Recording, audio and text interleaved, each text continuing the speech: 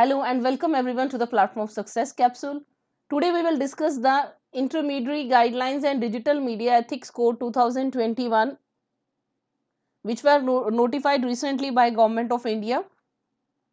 In this video we will discuss these guidelines one by one, including we will discuss how these guidelines have fundamentally changed how the internet is assessed and used by millions of users across India, how these guidelines suffer from unconstitutionality, and how it will undermine freedom of free expression and privacy for internet users in India. सो हम लोग इसमें सारी guidelines को भी देखेंगे और कुछ guidelines जो कॉन्ट्राडिक्टरी हैं उनको भी डिस्कस करेंगे कि क्यों जो है वो अनकॉन्स्टिट्यूशनल है और कैसे वो हैम्पर करती हैं आर्टिकल 19 को, और साथ ही साथ प्राइवेसी फॉर जो राइट टू प्राइवेसी है उसको कैसे हैम्पर करती हैं. अगर आप चैनल पे नए हैं तो प्लीज चैनल को सब्सक्राइब कर लें and do press the bell icon. तो बिफोर स्टार्टिंग दिस टॉपिक मैं चाहती हूँ कि आप दो टर्म्स को जान लें, क्योंकि इन दो टर्म्स को हम रैपिडली जो है वो यूज करेंगे. तो सबसे पहले आपको जानना है कि इंटरमीडियरी क्या होता है. N intermediary is any service provider which transmits, host and publishes user content without exercising editorial control over the content like traditional publishers do.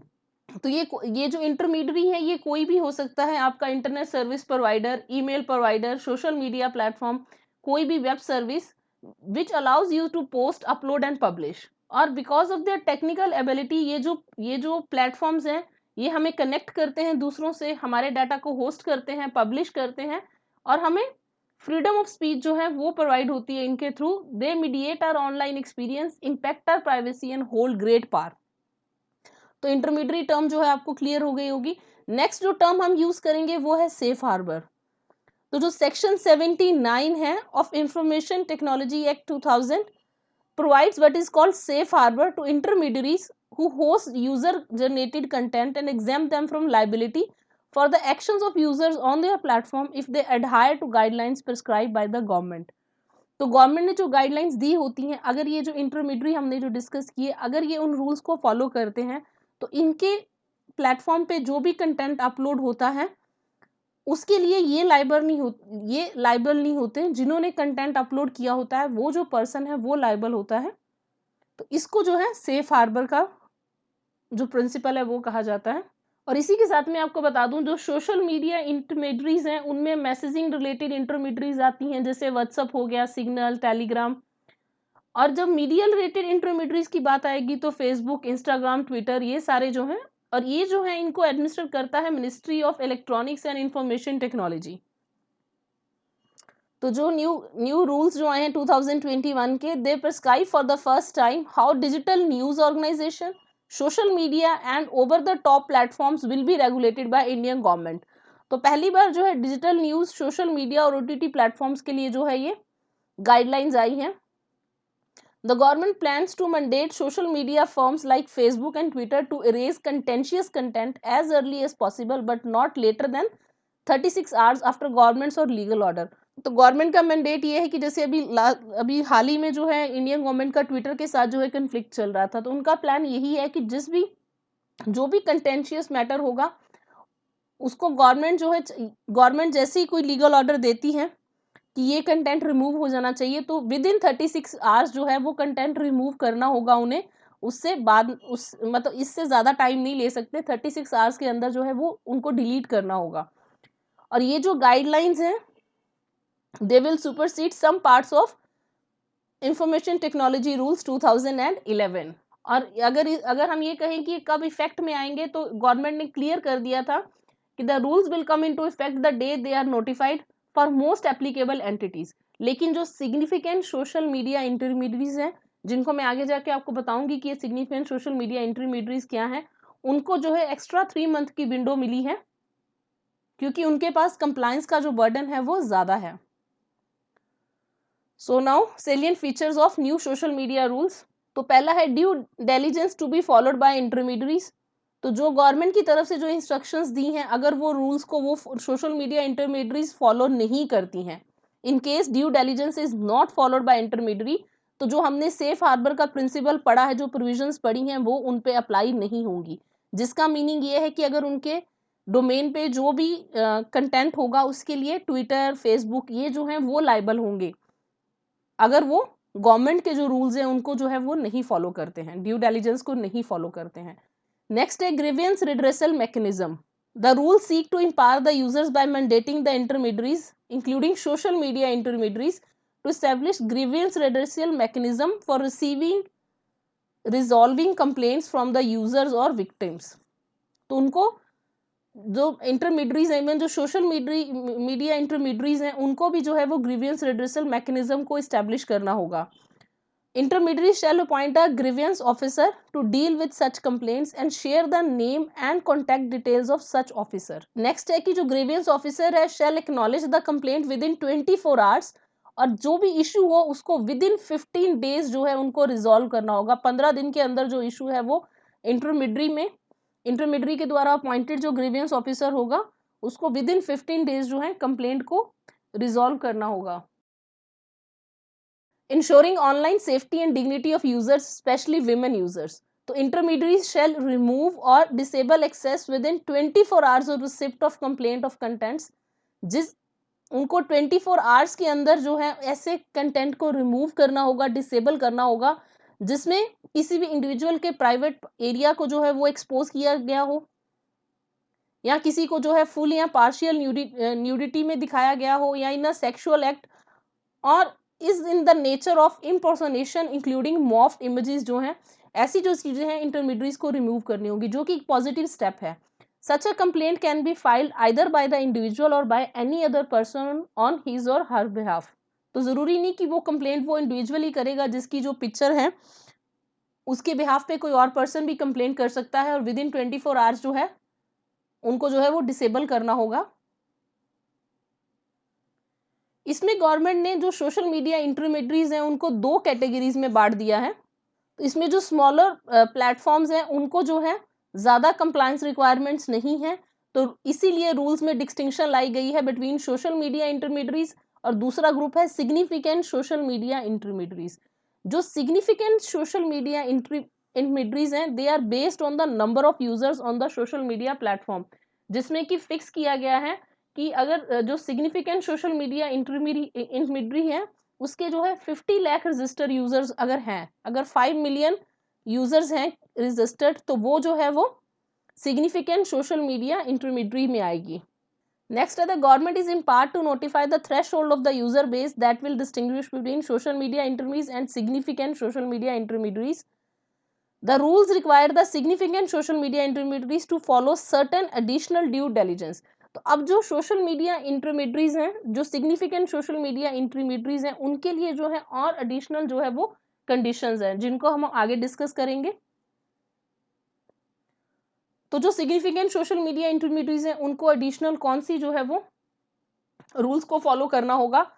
तो सबसे पहले उन लोगों को एक चीफ कंप्लायंस ऑफिसर अपॉइंट करना होगा, चीफ कंप्लायंस ऑफिसर, जिसकी रिस्पॉन्सिबिलिटी होगी for ensuring compliance with the act and rules. Second है उनको अपॉइंट करना होगा कि nodal contact person for 24/7 coordination with law enforcement agencies. Third होगा उनको अपॉइंट करना होगा resident grievance officer who shell perform the functions mentioned under grievance redressal mechanism. और इन तीनों पर्संस के लिए एक कॉमन कंडीशन रखी गई है कि तीनों जो है should be a resident in India. एक चीफ कंप्लायंस ऑफिसर होना चाहिए, एक nodal contact person for 24/7 coordination, and another one will be resident grievance officer. Next, अब ये जो तीनों ऑफिसर्स हैं they should be resident in India, लेकिन it is not clear how foreign news media organisations are sought to be regulated by Indian authorities. तो ये जो है अभी टर्म वेग है इसमें। नेक्स्ट है they have to publish a monthly compliance report mentioning the details of complaints received and action taken on the complaints, as well as the detail of contents removed proactively by the significant social media intermediaries। जिसकी कि आज के date में कोई ऐसी report की ज़रूरत नहीं, क्योंकि सब कुछ जो है ऑनलाइन है, बिल्कुल क्लियर है।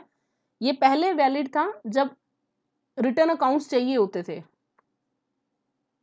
अब इसका जो सबसे कंटेंशियस पॉइंट है वो स्टार्ट होता है। जो सिग्निफिकेंट सोशल मीडिया इंटरमीडियरीज हैं और पर्टिकुलरली जो मैसेजिंग की सर्विसेज प्रोवाइड करती हैं उनको provide they shall enable identification of first originator of the information तो फर्स्ट ओरिजिनेटर की कोई भी अगर पोस्ट किसी ने डाली है, तो अगर वो बहुत ज़्यादा वायरल होती है, तो उनको बताना होगा कि ये सबसे पहले किसने पोस्ट की थी।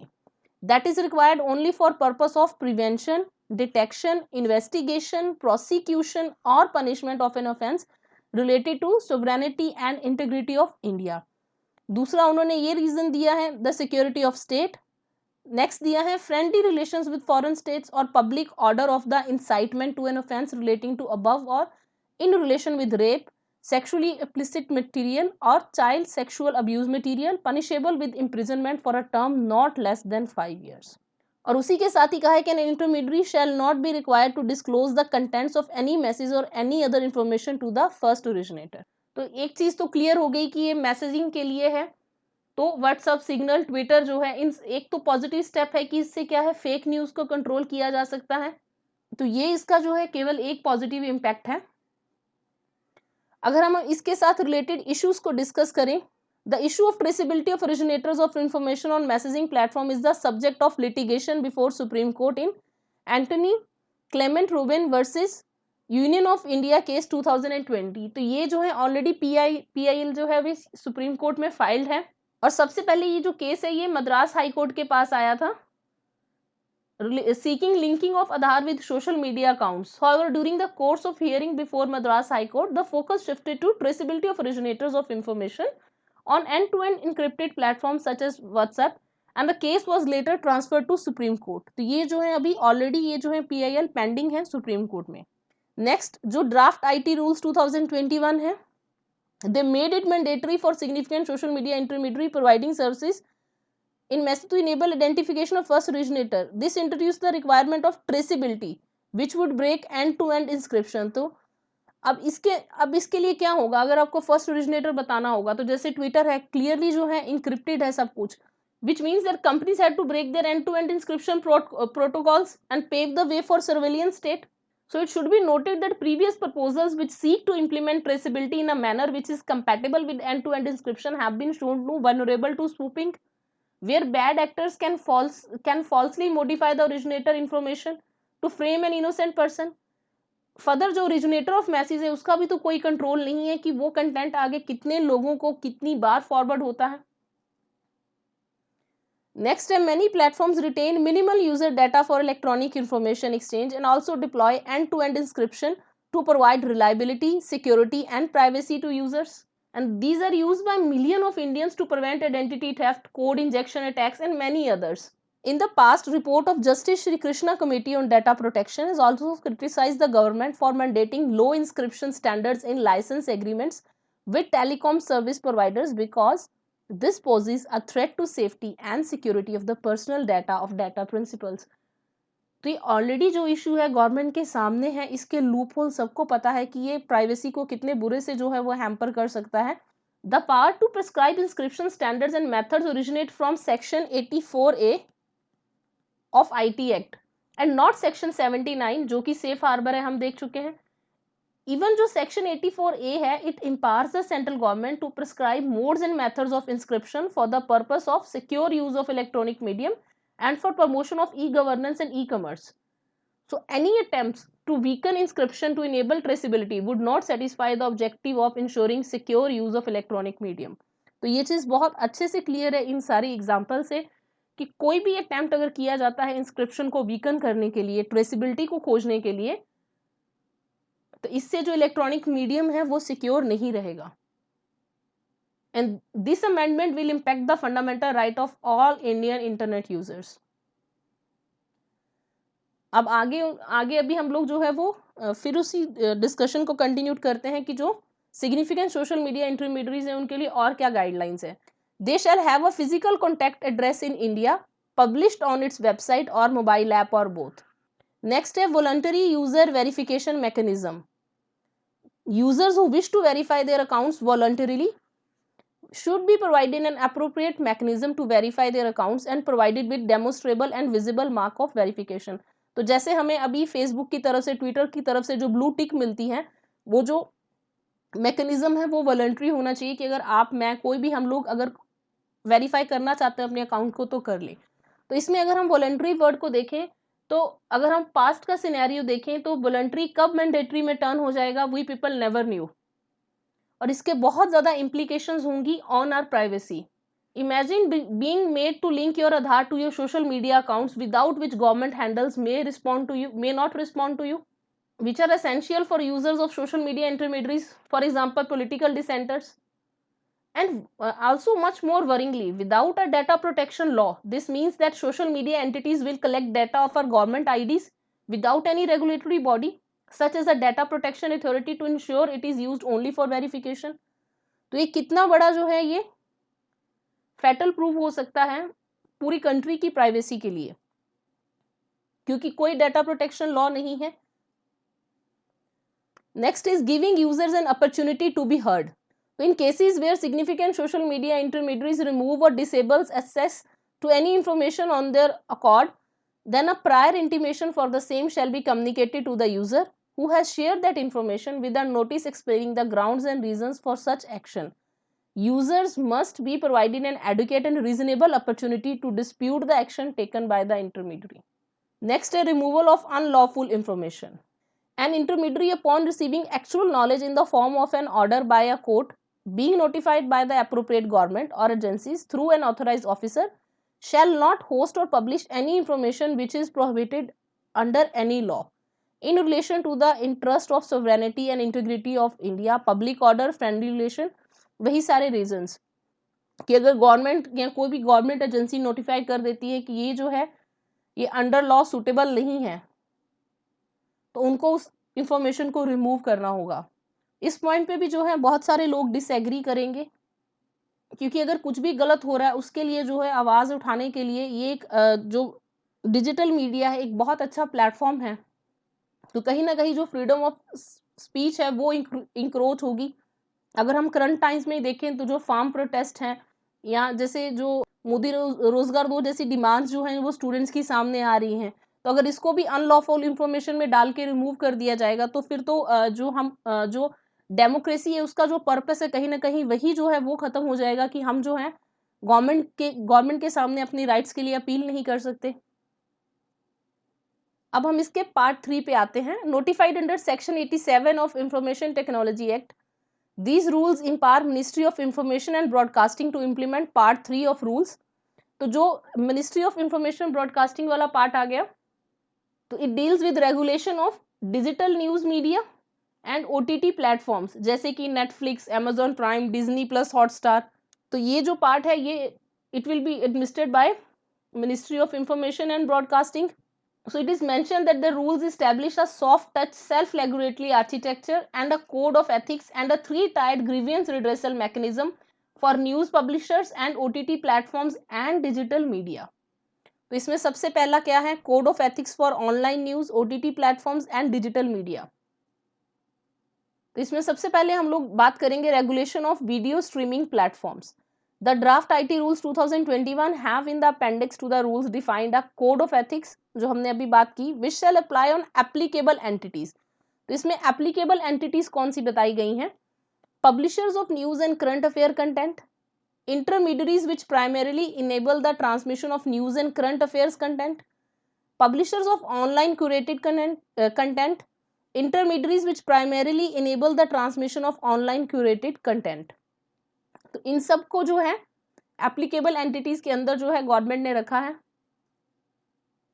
सो any potential legislation regarding the OTT video streaming sector in India may cause immense harm to individual rights as well as national interest.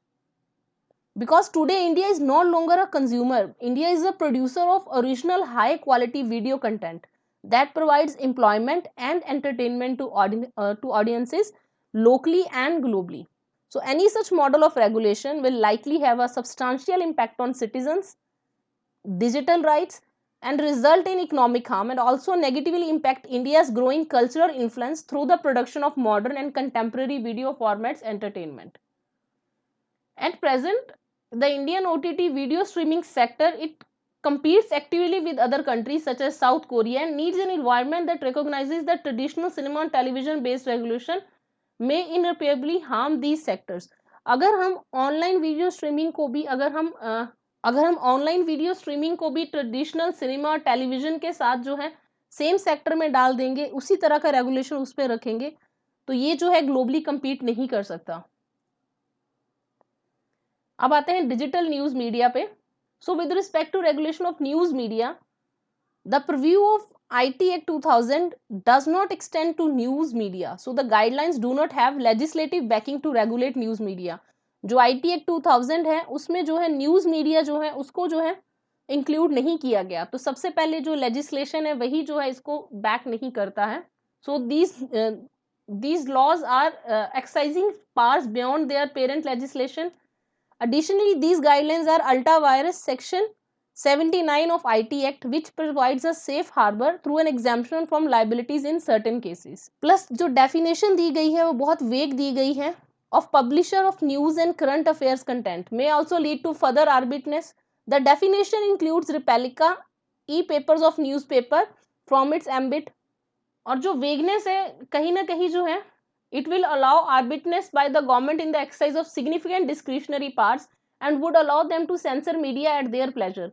Such a definition also privileges the established media houses who may have a print newspaper as a significant component। लेकिन जो smaller और independent media houses हैं जिनके पास luxury नहीं है, जो established नहीं है और सिर्फ इंटरनेट पे रिलाई करते हैं to disseminate news and information, उनके लिए जो है ये बहुत टफ हो जाएगा। ये जो डिस्क्रिमिनेशनरी अप्रोच है between online news media and traditional print newspapers and legacy media, it will place additional responsibilities on the former on the basis of an definition that lends itself to confusion and uncertainty। The Indian Constitution does not grant the executive the power to sit in judgment over suitability of content published by the media। तो ये जो है right parliament के पास है, executive के पास नहीं है कि बाय एन ऑर्डर आप जो है मीडिया को सेंसर कर लोगे। And these burdens on publishers of digital news they go beyond the basic restriction on freedom of speech and thus freedom of press envisaged by article 19 and they ultra vires the constitution.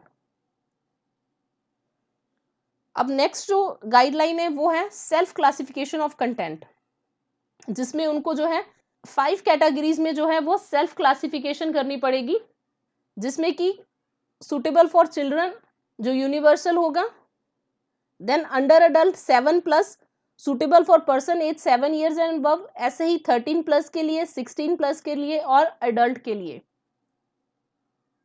और ये जो classification है इसी के साथ ही rule है, the publisher of online curated content shall prominently display the classification and rating specific to each content or program together with content descriptor informing the user about the nature of the content and advising on viewer description at the beginning of every program, enabling the user to make an informed decision prior watching program। तो जो content है उसको हम देख चुके हैं कि 5 categories में बताना होगा। उसी के साथ ही जो प्लेटफॉर्म्स हैं उन पे पेरेंटल जो लॉक्स हैं वो होने चाहिए फॉर कंटेंट जो 13+ या हायर हैं, जिसमें कि रिलायबल एज वेरिफिकेशन मैकेनिज्म जो है वो डालना होगा for content for adult. Next is publisher of news on digital media would be required to observe norms of journalist conduct of press council of India and the programme code under cable television network regulation act, thereby providing a level playing field between offline and digital media, जिसको जो हम पहले discuss कर चुके हैं कि इसके जो नेगेटिव कॉन्सिक्वेंसेज हैं वो क्या हो सकते हैं। अब 3 लेवल का ग्रीवेंस रिड्रेसल मैकेनिज्म दिया गया है। लेवल 1 जो है वो है self regulation by the publishers, जो लेवल 2 है वो है self regulation by self regulating bodies of the publishers. तो पहले पब्लिशर के द्वारा सेल्फ रेगुलेशन, फिर self regulation by self regulating bodies of the publisher, और थर्ड है ओवरसाइट मैकेनिज्म। अब हम एक एक करके इन तीनों को देखते हैं। सबसे पहले सेल्फ रेगुलेशन पे आते हैं, जिसमें हम पहले देख चुके हैं कि जो पब्लिशर है वो ग्रीवेंस रिड्रेसल ऑफिसर जो है जो बेस्ड इन इंडिया होगा उसको अपॉइंट करेगा, who shall be responsible for redressal of grievance received by it with in 15 days। तो 15 days के अंदर अंदर जो है वो ग्रीवेंस को रिड्रेस करेगा ग्रीवेंस रिड्रेसल ऑफिसर। दूसरा है सेल्फ रेगुलेटरी बॉडी, तो एक या उससे ज्यादा सेल्फ रेगुलेटरी जो बॉडीज हैं वो अपॉइंट करनी होंगी पब्लिशर को, जिनके हेड रिटायर्ड जज ऑफ सुप्रीम कोर्ट होने चाहिए या हाई कोर्ट के या इंडिपेंडेंट एमिनेंट पर्सन, और उसमें 6 से ज्यादा मेंबर नहीं होने चाहिए। और ऐसी जो बॉडी है वो रजिस्टर्ड होनी चाहिए with ministry of information and broadcasting, and this body will oversee the adherence to by the publisher to the code of ethics and address grievances that have not been resolved by publisher within 15 days. अब पहले तो 15 days में resolve करने की condition है, suppose नहीं होता तो सेल्फ रेगुलेटरी बॉडी के पास जाएगा। और थर्ड जो ओवरसाइट मैकेनिज्म है, जो मिनिस्ट्री ऑफ आईबी है, shall formulate oversight mechanism, it shall publish a charter for self-regulating bodies including code of practices, it shall establish an interdepartmental committee for hearing grievances. In all likelihood जो सामने आ रहा है वो है government oversight and more censorship. This oversight mechanism is being created without any clear legislative backing and will now increasingly perform functions similar those played by Ministry of IB for TV regulation. These rules have the potential to fundamentally change how the internet is accessed and used by millions of users across India. So while the government earlier planned to bring about these changes through a legislation which would have to be approved by the parliament, it may now go ahead and implement it through mere executive and bypass legislative debate on this issue.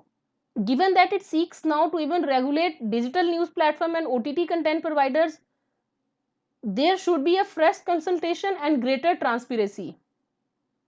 And as we discussed, several proposals in their present form, they suffer from unconstitutionality and will undermine free expression and privacy for internet users. So there is clear need for a parliamentary enactment. So this amounts to executive amending parliamentary legislation which is not permissible under the constitution. So there should be a fresh consultation and greater transparency. With this, our discussion concludes here. The source of my discussion was the Mint and the Wire. So our discussion concludes here. अगर आपको video अच्छी लगी हो, valuable लगी हो तो do like, share and subscribe to our channel. Your views are equally valuable to us. Please do comment in the comment section what you think about these guidelines. Thank you for watching.